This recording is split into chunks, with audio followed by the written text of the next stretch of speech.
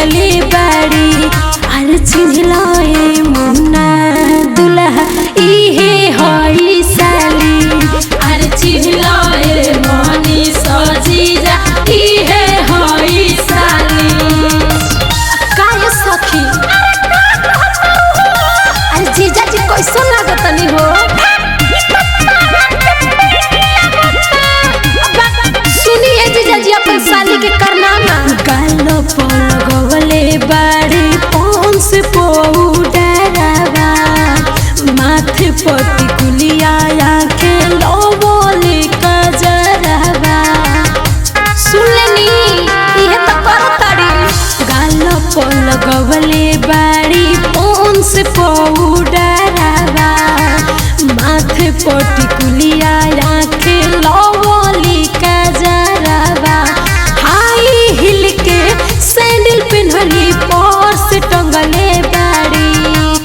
high heel के sandal पिन्हली purse टंगले बाड़ी हर चिन्हला ए मुन्ना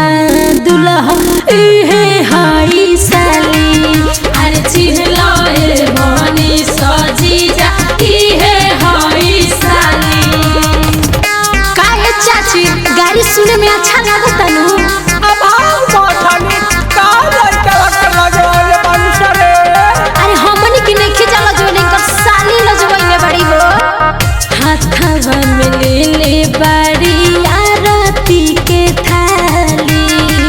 बचिए के रोह में देली काटल काटल गारी इनका से दूरी रहो हाथवा में ले ले बड़ी आरती के थाली बचिए के रोह में देली काटल काटल गारी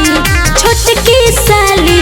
होई मुँह से कान कहताड़ी छोटकी साली होई मुँह से कान कहताड़ी हर चिन्हला ए निखिला दुल्हा इहे हई साली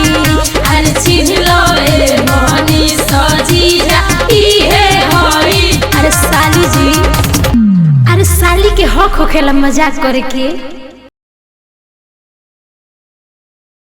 छोट बाड़ी मोट बाड़ी ओठ रंगले बा